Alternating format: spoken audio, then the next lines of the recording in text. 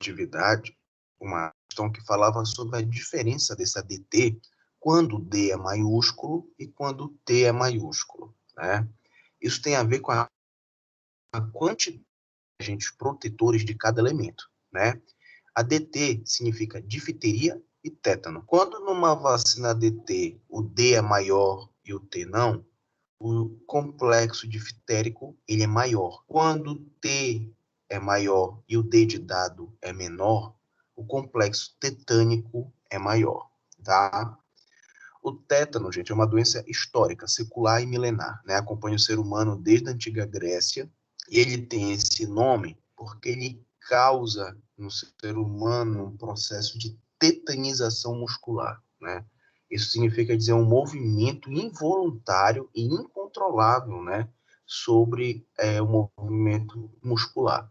Como o músculo ele forma todos os sistemas do nosso corpo, né, é possível perceber alterações pulmonares, cardiológicas, entre outras no nosso sistema.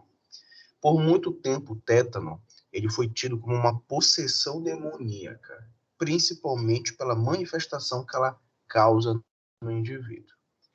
Só para vocês terem ideia da importância disso, hoje uma pessoa que tem o tétano propriamente instalado, ou seja, com essas manifestações históricas, ele dificilmente, né, vai ter um desfecho bom dessa situação.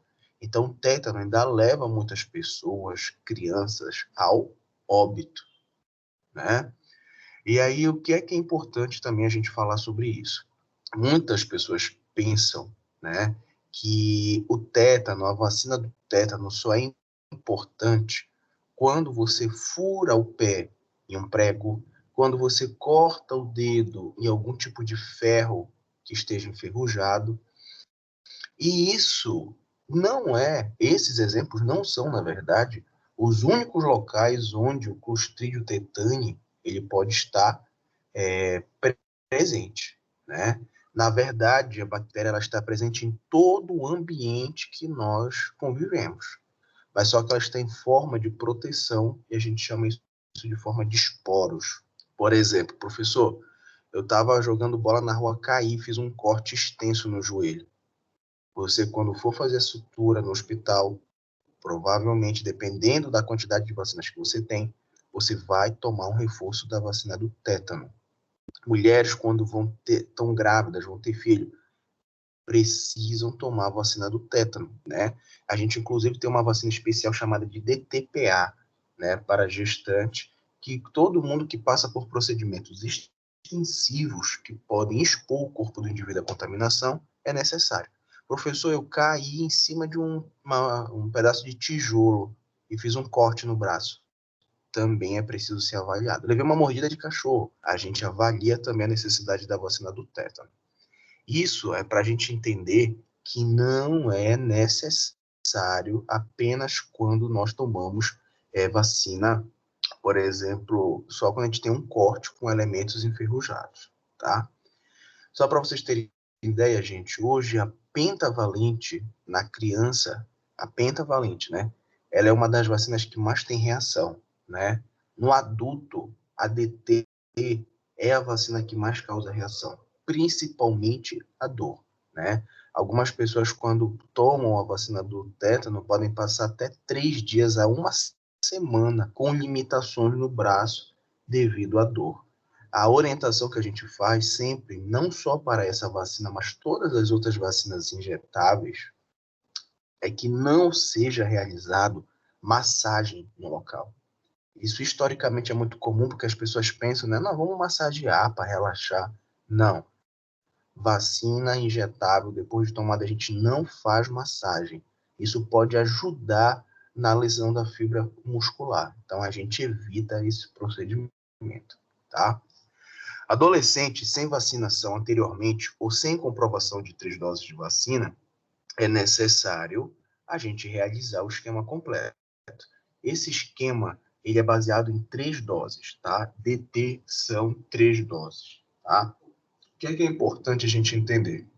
Além da vacina do tétano, nós temos um outro elemento chamado de soro antitetânico. O soro antitetânico também é administrado em casos de lesões muito extensivas, né?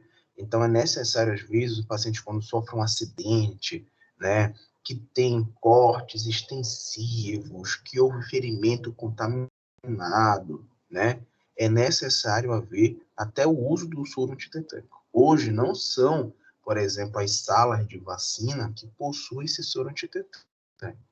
Na maioria das vezes, vocês vão encontrar, por exemplo, no pronto-socorro, tá bom? Olhem só, em casos de gravidez e ferimentos graves, devemos antecipar a dose de reforço, sendo a última dose administrada há mais de 5 anos. A mesma deve ser administrada em pelo menos 20 dias antes da data provável do parto. Antigamente, né, a gente tinha o hábito de tomar, por exemplo, a vacina do tétano a cada 10 anos. Esse hábito ainda se faz muito presente. Porém, quando você presencia um acidente, né, onde há uma extensão muito grande desse ferimento, e você já tem mais de 5 anos, por exemplo, você tem 7 anos que tomou a vacina, ainda não fez 10 anos, mas o recomendado é antecipar essa dose de reforço, né? Então, por exemplo, menos de 5 anos, olha, me cortei, você tomou vacina do tétano há quanto tempo? 4 anos. Tudo bem, não é preciso fazer nada. Ó, me cortei, tomei há 8 anos. Não, então vamos antecipar essa dose para que você não corra outros riscos. Tá bom, gente? Vamos agora, só vou botar aqui rapidinho. Vamos falar agora sobre o que nós conhecemos como vacina do HPV, né? Vacina do HPV é o famoso vírus do papiloma humano, né? E o que é que acontece? Essa vacina veio para mudar a situação de risco, né? Não só de mulheres, mas como de homens, né? De meninas e meninos, né? E por que que é importante a gente falar sobre isso, né? O HPV, ele hoje é um vírus que está ligado diretamente aos riscos de câncer, né? Principalmente são os vírus 6, 11, 16 e 18, são as variantes que mais eles ajudam a proteger, sendo que essas duas últimas, a 16 e 18, estão ligadas a mais de 70% dos casos de câncer, né? A vacina do HPV, quando surgiu, gente, ela foi alvo, né, de muita discussão. Por quê? Porque pais, mães, parentes, entre outros, acreditavam que a vacina do HPV ia estimular os jovens a dar início à vida sexual, né? E, na verdade, esse pensamento preconceituoso fez com que milhares de pessoas deixassem de tomar essa vacina acreditando nesse princípio. É lógico que uma vacinação não estimula. Ninguém vai tomar vacina hoje e amanhã vai falar, bom, então agora que eu estou vacinado, eu vou começar a minha vida sexual, né? Então os estímulos, eles são muito mais externos e ligados a outras características do que simplesmente o início da doença. A gente precisa entender também que aqui no Pará, por exemplo, a vacinação ela tem uma extrema significância, visto que o estado do Pará ainda apresenta números de câncer elevadíssimos, e não só em mulheres acima de 40 anos. Na faixa etária de 25 a 35 anos também há um nível muito significante desse adoecimento. Aqui nós temos uma parte mais, né, histórica, que foi quando, em 2014, né, essa vacinação começou para o grupo de 11 a 13 anos, em 2015 para adolescentes também de 9 a 11 anos, e o que é importante a gente falar sobre isso, gente? No início, alguns jovens fizeram a dose inicial, e com o início da discussão, e, por exemplo, esses problemas todos que eu falei para vocês envolvendo esse conceito de vida sexual, muitos não completaram seus ciclos vacinais, né? E aí muitos pais pensam assim, eu não vou mais dar, porque ele já até tomou a primeira, né? Então não é preciso mais. E a gente sabe que isso é uma furada. O indivíduo precisa fazer o esquema completo para que ele possa, sim, estar protegido, né? A gente não pode pensar que tomar uma única dose é o suficiente. Uma coisa importante, gente, para a gente falar também sobre essa questão de vacina, é algo muito curioso. Agora, quando nós falamos, por exemplo, da vacina da Covid, tem muita gente que fala assim, olha, a vacina da Covid, o cara tomou vacina e deu dor de cabeça nele, tá vendo? Não pode. Aí o pessoal tá muito em cima desse processo, né? Gente, qualquer vacina, seja ela viral ou bacteriana, ela pode dar dor de cabeça, cefaleia, ou pode dar dor muscular, que é mialgia, dor de cabeça, cefaleia, pode causar um choque anafilático, pode causar o óbito, né? Sabe por quê? Porque toda vacina que é caracterizada como material biológico, como outros quaisquer, é passível de causar reações no indivíduo. Só para vocês terem ideia, eu trabalho na campanha de vacina da Covid. No primeiro dia que teve vacinação, que foi, se eu não me engano, até no hangar, né, que televisaram, né, a primeira pessoa tomando a vacina, algumas pessoas continuaram tomando lá, né? E nesse mesmo dia houve um choque anafilático, né? Teve um indivíduo lá que quase vai a óbito por causa da vacina, né? Isso não foi nem divulgado, gente, para não haver essas discussões mais agressivas relacionadas a isso. Mas todas as vacinas têm um potencial de relatar isso, né? O que é importante a gente entender? Existe um instrumento hoje, né, que é uma ficha de notificação, o qual o enfermeiro é o que mais manuseia essa ficha, que serve para notificar, ou seja, avisar, né, a Secretaria de Saúde, o Ministério da Saúde, sobre os eventos adversos. Mas vamos ler aqui o nosso slide. As vacinas, como todo produto farmacêutico, não são isentas de efeitos colaterais ou efeitos adversos. Perfeito. Como significativa proporção da população é vacinada a cada ano, há certo número de eventos adversos após a vacinação, tanto apenas coincidentes como com relação causal com a vacina. Isso significa dizer o quê? Tem pessoas que tomam, por exemplo, uma vacina viral. Vamos dizer que a vacina da H1N1, né? E quando tomam essa vacina, algumas pessoas desenvolvem uma reação chamada de reação pseudo-gripal. Pseudo, na área da biologia, significa falso, né? Ou seja, a pessoa não está com gripe. É apenas uma reação da vacina. E aí toma a vacina da gripe e falou assim, olha, eu tomei a vacina da gripe e estou gripado, né? Então eu não acredito nessa vacina. Eu acho que isso daí é para matar os idosos, isso é para matar as pessoas, né? Me desculpem falar isso, eu não sei o que é que vocês pensam, mas hoje parece que todo mundo tem uma teoria da conspiração na cabeça, que tudo está sendo feito, porque a vacina estão colocando um chip dentro da gente, porque não sei o que mais. Então, gente, é muita coisa infundada, né? Muito, você tem direito a ter a seu ponto de vista, mas é muito importante você ter um ponto de vista muito bem posicionado, para depois não estar falando besteira por aí, tá? O grande impacto que um evento adverso pós-vacinal pode causar na sociedade deve-se ao fato de que as vacinas geralmente são utilizadas em pessoas saudáveis, principalmente crianças. Quando a gente traz para o nosso público infantil essas reações, principalmente, né, nas crianças até 1 ano de idade, que são aquelas crianças que já tomam uma grande quantidade de vacinas, a criança ela pouco tem o poder de nos dizer, né, por exemplo, pelo que estão passando. E aí eu vou dar um exemplo para vocês.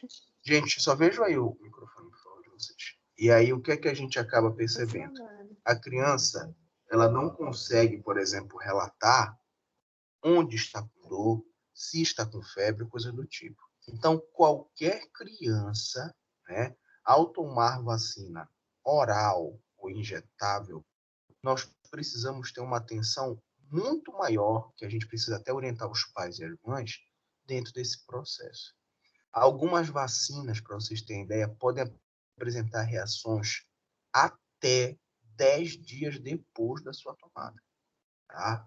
Então, é lógico que é muito difícil, uma coisa extremamente rara, uma criança apresentar reações até 10 dias depois.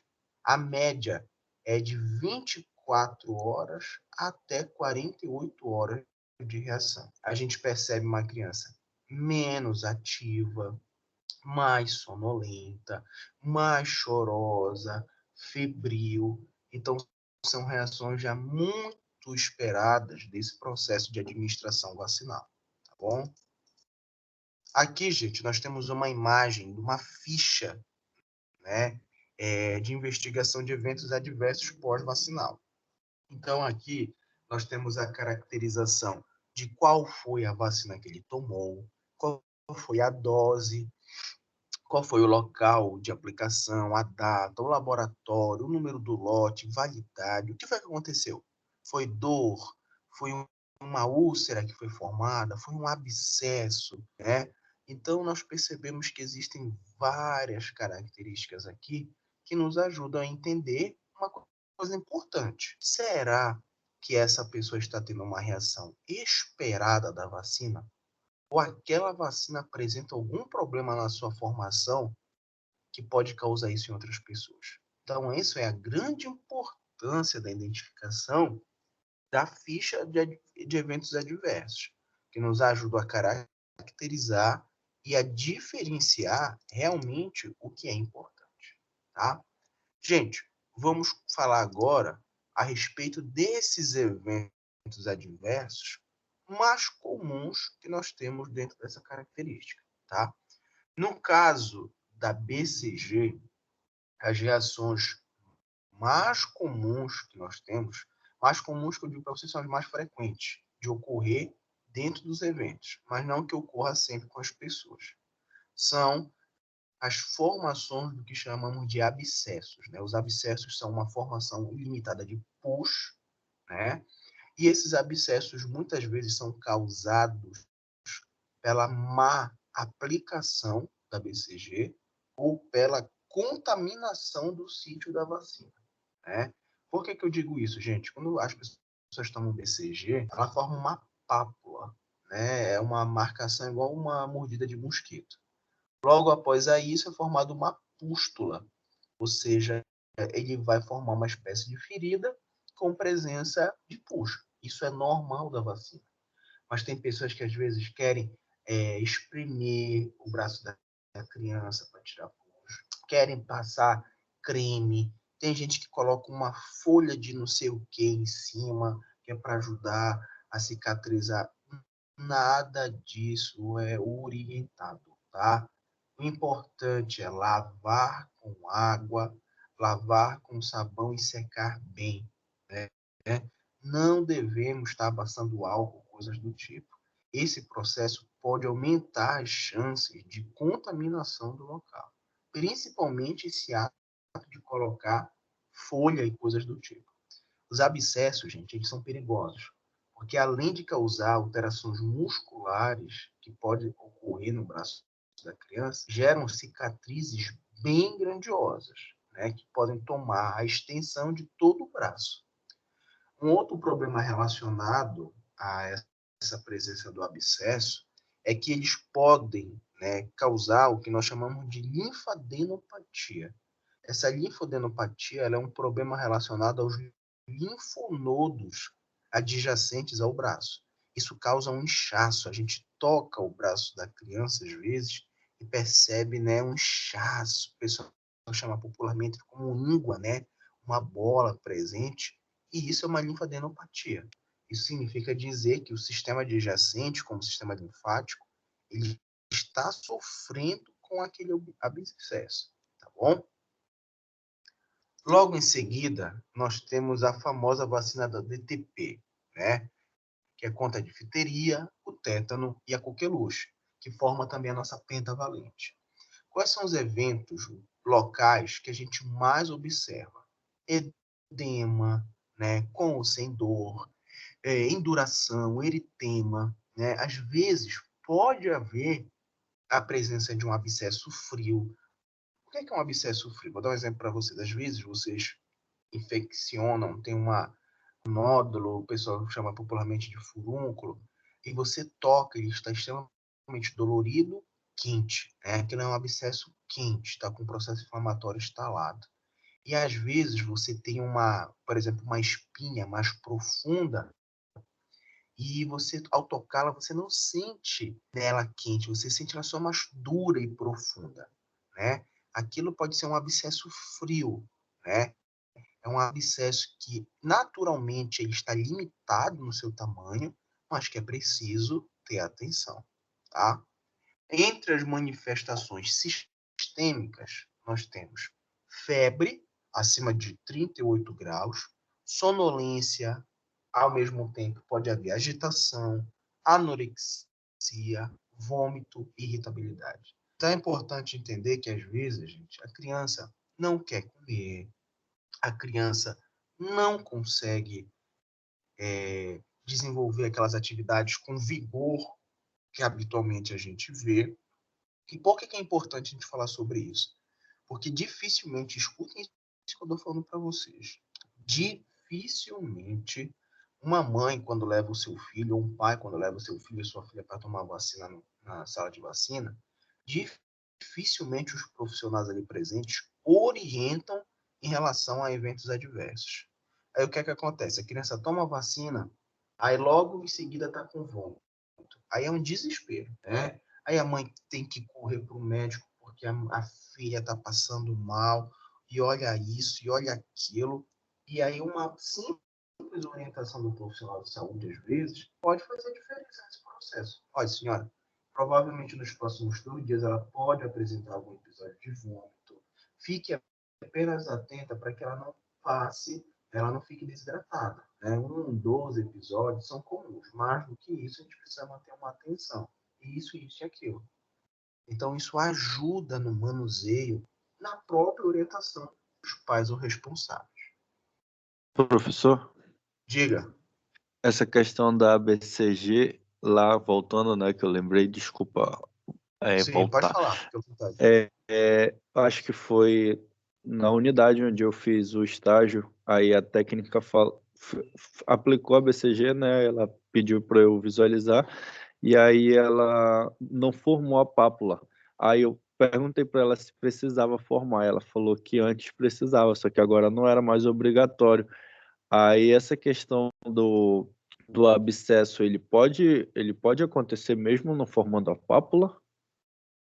Ele pode ser formado, mas olha, eu vou te dizer uma coisa, sabe? Existem algumas pessoas que hoje estão apoiadas dentro dessa significância, mas a pápula, ela nada mais é do que o símbolo de que a vacina ela foi realizada de forma correta, na área correta de aplicação.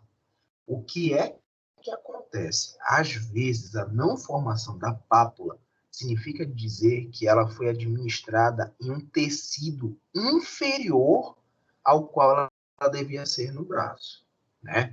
Pode formar o abscesso dali, provavelmente vai formar. O problema é que quanto mais próximo do tecido muscular e de tecido ósseo, maior são as chances de reações mais graves, né?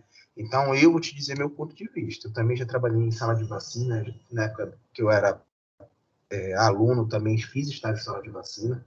E o que a gente precisa entender é que a pápula ela é um símbolo de segurança, né? Independente do que se tem hoje, eu acredito e eu oriento de que é necessário formar pápula, entendeu?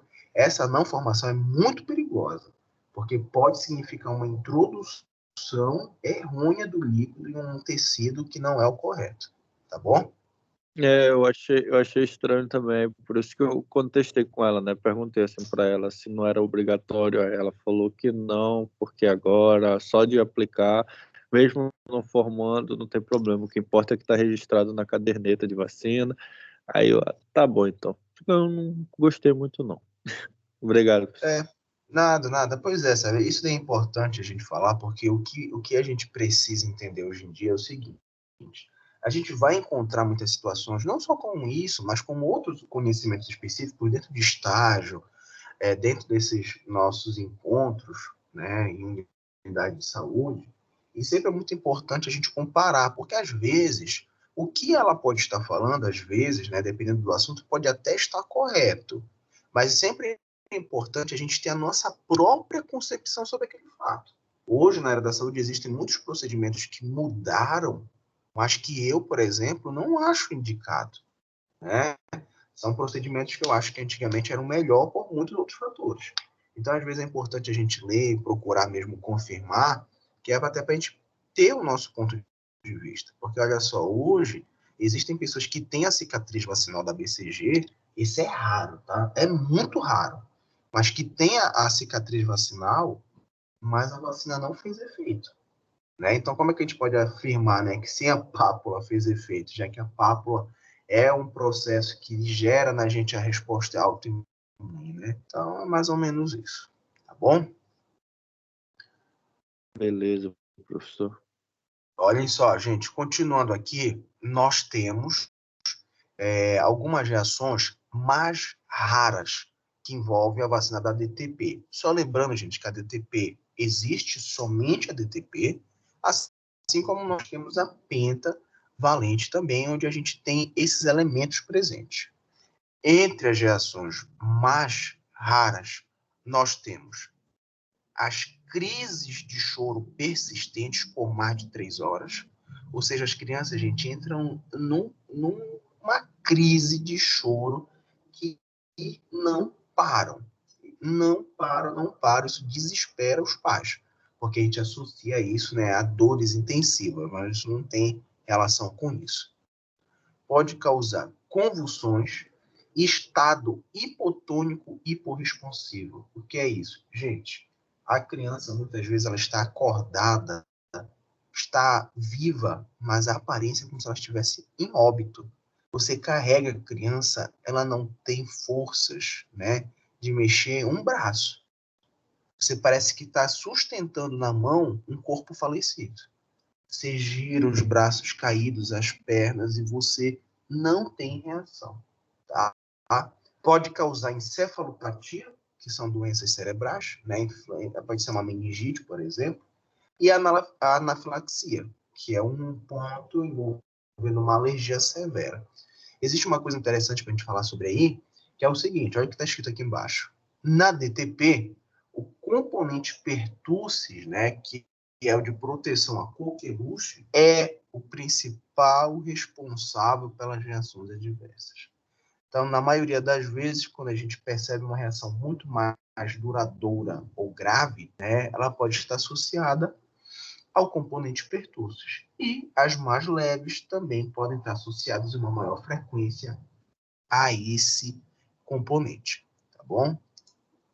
Vacina contra a poliomielite agora. Vacina contra a poliomielite, pessoal, ela é, como eu falei para vocês, uma vacina, uma das mais antigas que a gente tem, e nós temos principalmente, né, a vacina poliomielite oral. Temos também a injetável, só que o que é importante a gente saber sobre esse processo?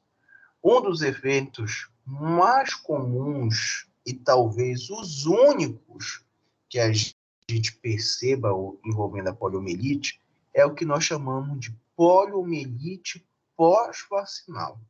Ou seja, são pessoas que, por características únicas, né, acabam desenvolvendo a poliomielite após tomarem a vacina. O que é que a gente quer dizer sobre características únicas, né? Isso pode estar relacionado à forma como o corpo ele absorve a vacina e a forma como a vacina interage com anticorpos dentro do corpo. Algumas pessoas têm alguns problemas imunitários que podem gerar uma reação de adoecimento contra a poliomielite. Olha só que interessante. Esses casos de evento adverso de poliomielite pós-vacinal, eles são muito mais comuns na Europa do que em outros países, né? Mas a gente ainda não tem estudos comprovadamente feitos que mostrem o porquê de na Europa serem muito mais presentes do que em outros países. Isso provavelmente deve haver uma relação com algum perfil genético. E agora a vacina que a gente conhece como tríplice viral, tá? A tríplice viral, ela é formada, né, pelo sarampo, cachumba e rubéola, né? E a gente percebe no local características muito comuns, né, de vacina injetável, como edema, dor, rubor e aumento da sensibilidade. O que é o aumento da sensibilidade? Gente, aumento da sensibilidade é quando, por exemplo, você tomou a vacina no braço, vamos dar um exemplo, e você passa o dedo depois sobre o local, aí você tira logo o braço. Você sente um incômodo, você sente um prurido, você sente dor, ou seja, a área está muito sensível, né? Outros eventos sistêmicos que nós conhecemos são convulsões, encefalites ou meningite. O que é importante a gente falar? Tríplice viral, ela é uma daquelas vacinas que podem causar reação até 10 dias depois, até 12 dias depois. Então, olha só, relacionado ao sarampo, que é essa parte habitual da vacina, pode ocorrer febre baixa ou moderada entre o 5º e 12º dias após a vacinação. Pode persistir por 5 dias, e em 5 a 15% dos vacinados ocorre febre de 39,5 ou até mais, né? Ou seja, isso é uma coisa séria, grave.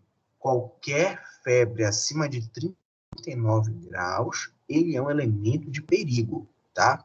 O exantema ocorre em 5% dos vacinados, de 7 a 10 dias após a imunização, assim como algumas manifestações catarrais e cefaleia. Manifestação catarral, gente, nada mais é do que a congestão nasal, né? O indivíduo fica popularmente, como a gente chama de entupido, né? Assim como o nariz escorrendo algumas vezes. Já quando nós falamos, né, da cachumba, a cachumba habitualmente pode causar febre baixa ou moderada entre o 4º e 10º dia, pode causar parotidite, que a gente conhece popularmente como a própria doença, que é a papeira, tá? Assim como a orquite. A cachumba pode causar, gente, nada mais, nada menos do que inflamação, tá? Do epidídimo no homem, pode causar inflamação do testículo, assim como das alças do útero, né? Então, são reações que às vezes a gente fica até assustado de pensar, né, gente? Como é que a gente toma uma vacina e pode ter o risco de dar isso, né? Só que esses eventos adversos, mesmo aqueles considerados comuns, eles ainda são de difícil probabilidade de ocorrência, né? Então, é complicado a gente falar sobre isso, porque dificilmente a gente pode fazer algum estudo prévio no indivíduo para descobrir se ele vai ter uma probabilidade de desenvolver um problema como esse ou não, tá? Já quando nós falamos, né, da parte que envolve a rubéola, nós podemos perceber inflamação articular e artralgia, ou seja, o indivíduo ele fica com dificuldades no movimento, fica com as articulações limitadas. Percebemos também a linfadenopatia, que é o mesmo exemplo que eu falei para vocês da BCG, assim como mal-estar, náuseas, cefaleia, rinofaringite e febre. É interessante a gente falar o seguinte: uma mãe, quando procura a unidade de saúde, chega para vocês falando, olha, o meu filho está com febre de 40 graus, de 39,5. Vamos voltar aqui para esse slide? Cadê?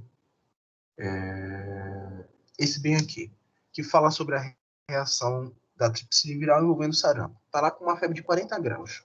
E chega na unidade de saúde e fala assim, olha, meu filho está com uma febre de 40 graus. Mas, senhora, ele tomou a vacina do sarampo ontem. Ele tomou a vacina do sarampo semana passada. Aí você fala assim, não, senhor, mas deixa eu lhe falar. Isso é uma reação adversa da vacina. A gente já esperava que isso poderia acontecer. Então, volte para casa que vai ficar tudo bem. Não é essa a orientação. Reação adversa, o evento adverso é uma coisa grave, né? A gente está apenas vendo aqui o que pode acontecer.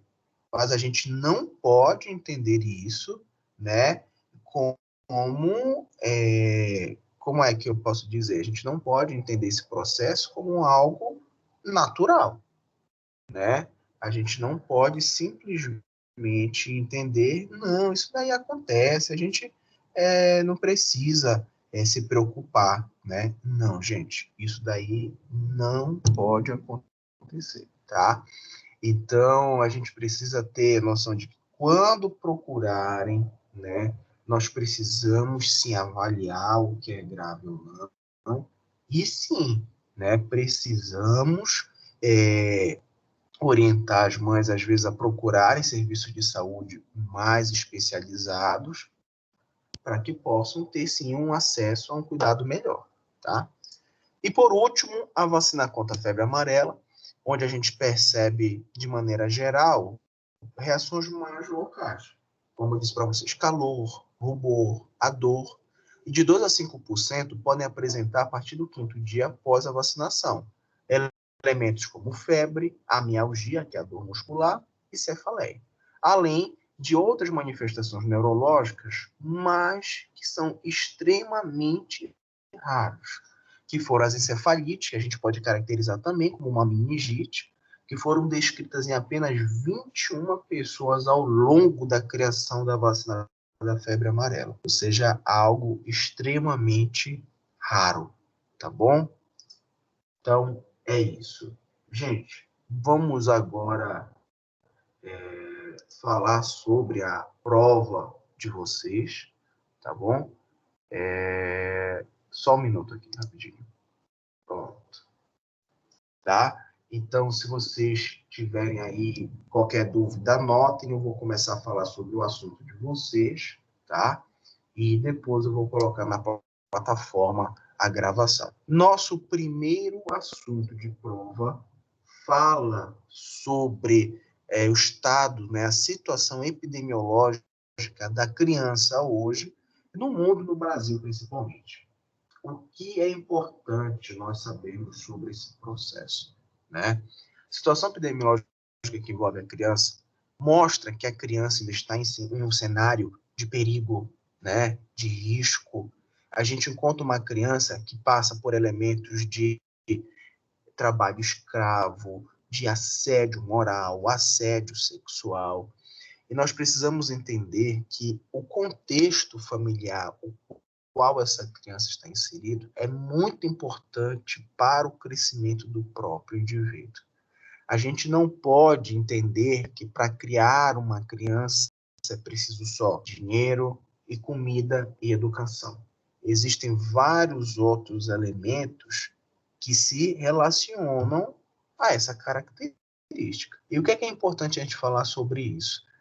Atualmente, com o avanço da globalização, principalmente com o afastamento dos pais e responsáveis do convívio com as crianças, nós temos observado, né, um incremento nas taxas de crianças que hoje estão viciados em álcool, né, que fazem uso de drogas como o tabaco, a maconha, cocaína, entre outros elementos.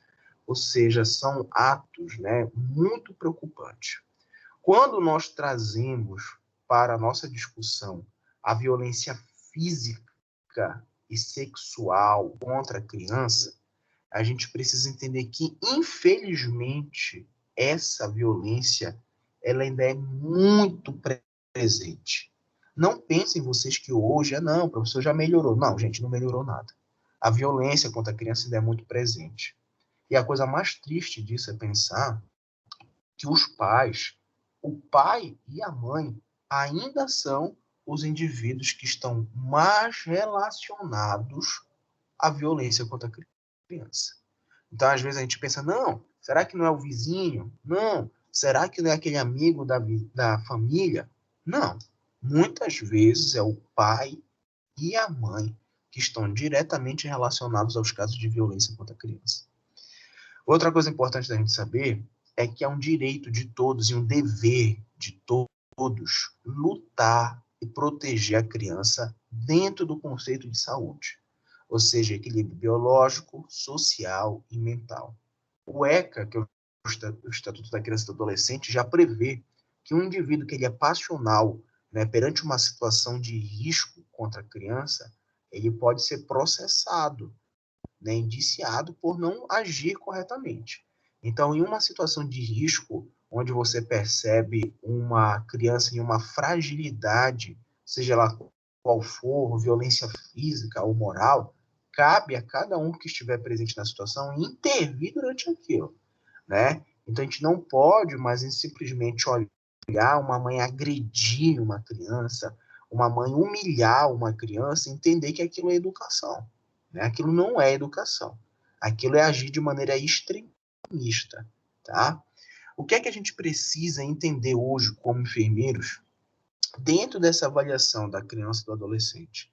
Precisamos entender que o nosso olhar não pode ser um olhar julgador, né? Ele precisa ser um olhar de ajuda. Ele precisa ser um olhar onde você precisa entender as necessidades do seu usuário, ou seja, daquele adolescente ou daquele jovem, né? E aí, por que eu digo isso para vocês? Porque ainda na área da saúde existe muito aqueles comentários desnecessários. Olha, por que você fez isso? Olha, se você fizer isso, vai te acontecer tal coisa. Nós não podemos ficar, entre aspas, doutrinando o comportamento adolescente. O que nós precisamos realmente é poder ajudá-los, né, no sentido de poder criar confiança, tá bom? Nosso outro assunto de prova fala sobre aleitamento materno exclusivo, né?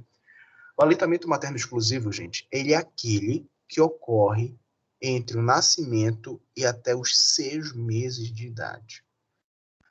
Quando atingir 6 meses de idade, ele não para o aleitamento, porque o aleitamento deve ocorrer até os 2 anos de idade. Porém, a partir dos 6 meses, ocorre o que nós chamamos de alimentação complementar, ou seja, outros alimentos são inseridos junto ao aleitamento materno. O que é importante a gente saber? Aleitamento materno e o aleitamento materno exclusivo ainda não ocorrem como nós gostaríamos no Brasil, né?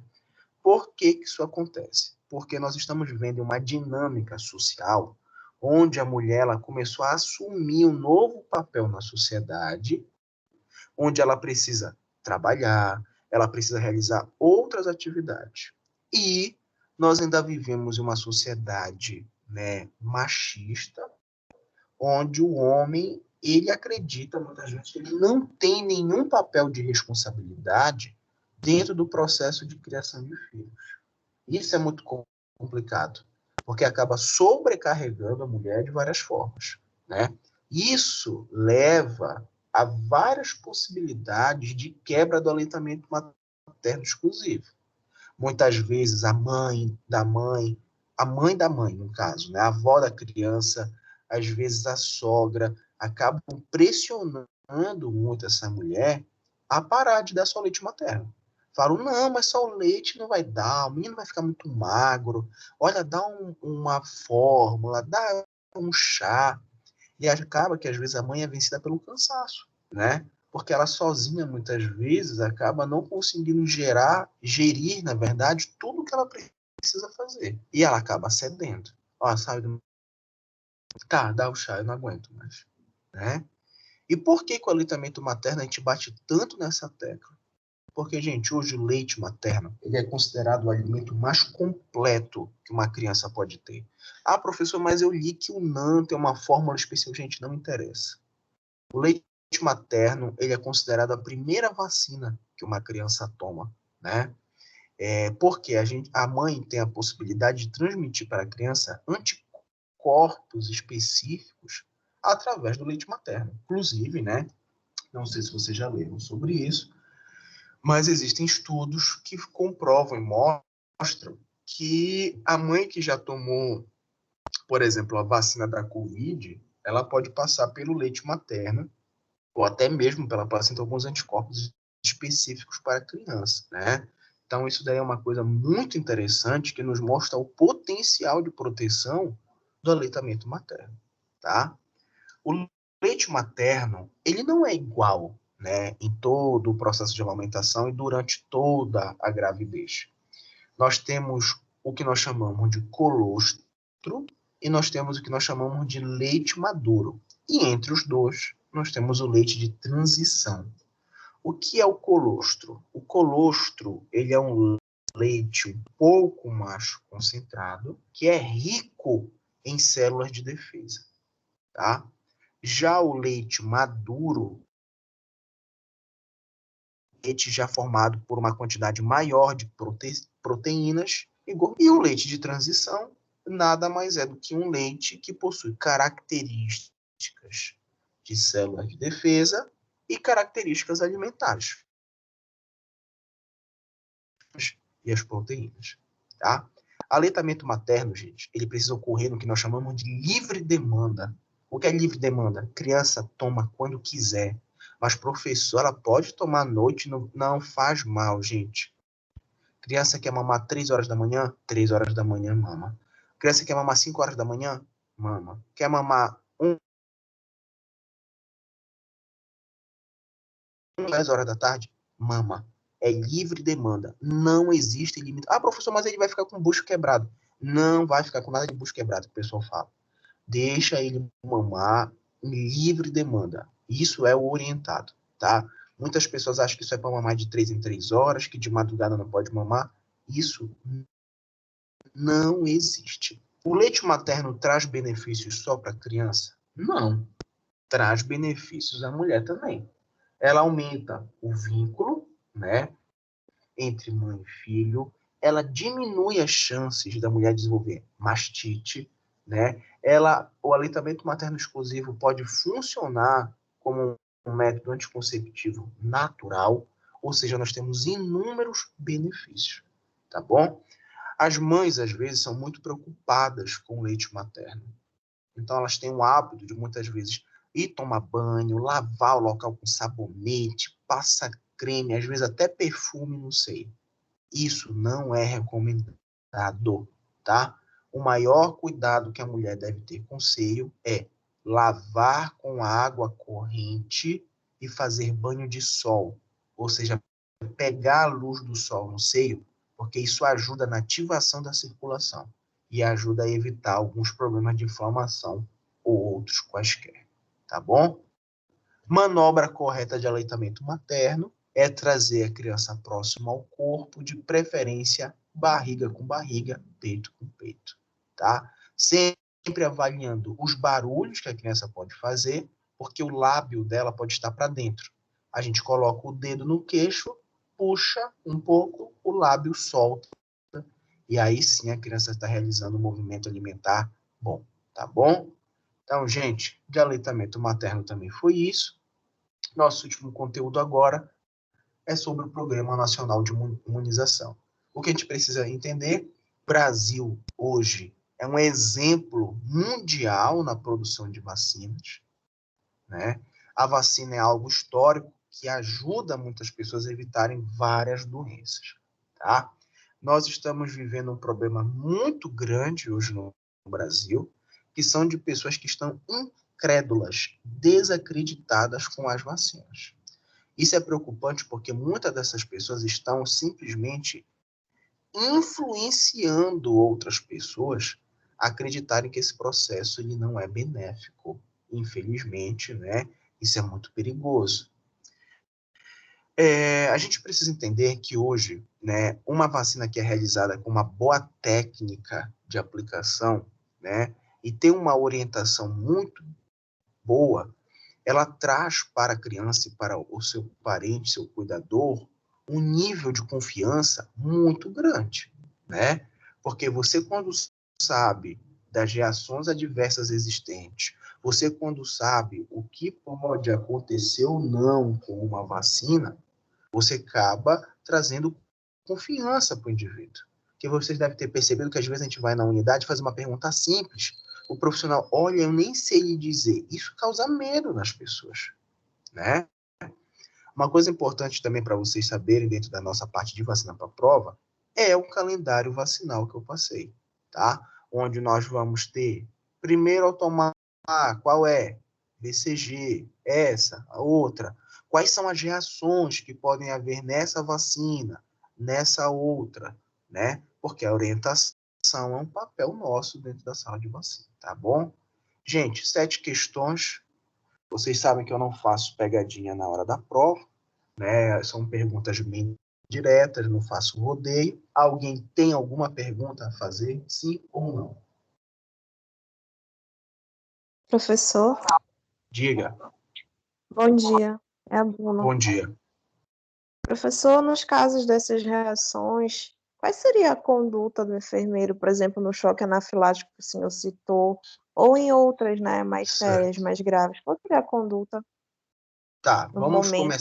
vamos começar com as reações mais leves. Reações mais leves, orientação muitas vezes é medicamentosa. Olha, mãe, pai, em caso de febre, usar um antitérmico que está habituado a tomar e controlar a temperatura para não chegar a 39 graus. Perfeito. A criança chegou com choque anafilático. Um choque anafilático causa edema de glote. Isso evita o movimento respiratório. Se a gente pensar que, por exemplo, 1 minuto sem respirar, essa criança vai a óbito, né?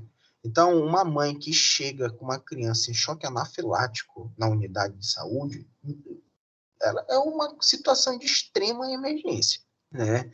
Ela tem que ser direcionada a um sistema de urgência. Isso dificilmente pode ser feito numa unidade de saúde. Ela não vai ser nem entubada, porque às vezes em caso onde ocorre o edema de glote severo, o tubo não passa pela nossa faringe. E aí o que é que acontece? É preciso fazer uma traqueostomia de urgência para ligar a um ventilador mecânico, de tão grave que é.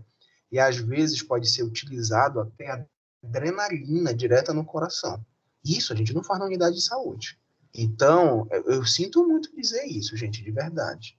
Mas uma mãe que leva uma criança em um choque anafilático grave, né, para uma unidade de saúde, se não houver nenhum profissional habilitado como um médico que possa realizar esse procedimento, essa criança vai a óbito, tá? Porque muitas vezes dar um antialérgico não vai resolver instantaneamente aquele problema. Então, reações graves como essa, é muito difícil da gente lidar lá. A orientação é procurar urgência e emergência imediatamente, né? Agora, quando você tem febre de 40 graus, por exemplo, ó, a criança está com 39 graus, é um elemento perigoso, né? O que é que se orienta? Às vezes tomar um remédio, ela já tomou, já fez uma compressa, que às vezes as mães fazem uma compressa com água e álcool, que é muito eficiente, ajuda muito nesse processo de diminuição da temperatura. Não teve efeito, urgência e emergência, né? Porque a unidade, é como eu disse para vocês, ela serve como um ponto de orientação. E como o próprio nome já diz, uma unidade básica de saúde, né? Ela consegue orientar, realizar alguns pequenos procedimentos, mas em um caso de urgência e emergência, não tem como. É necessário mesmo ir para um serviço mais complexo, tá bom? Obrigada. Nada. Mais alguma pergunta, gente?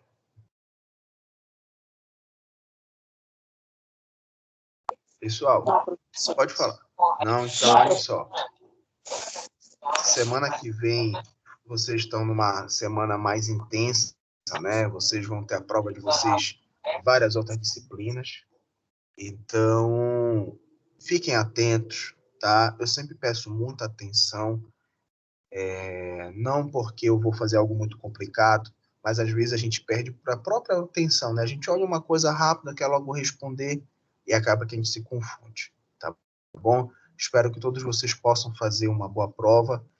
Tem uma outra coisa que eu acho muito importante falar para vocês, gente, que eu sei que o momento, a gente não está falando de disciplina, mas eu quero falar sobre esse cenário da pandemia. Por favor, se cuidem, né? A gente está tendo um número absurdo de mortes todos os dias.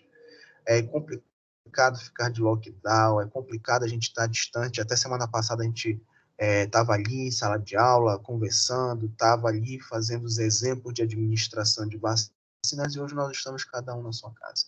Então, é um cenário que, às vezes, né, a gente não tem uma perspectiva, às vezes, do que vai acontecer, mas a gente precisa adaptar, né, a nossa vida e tentar ir vivendo dentro desse caos, tá bom? Então, obrigado pela atenção de hoje. Mais tarde, a aula de vocês já estará lá na plataforma, tá bom? Fiquem com Deus e uma boa prova, gente. Bom dia, beijo. Bom dia, professor. Obrigado. Bom dia, professor. Obrigado. Tchau, tchau. Bom dia, professor.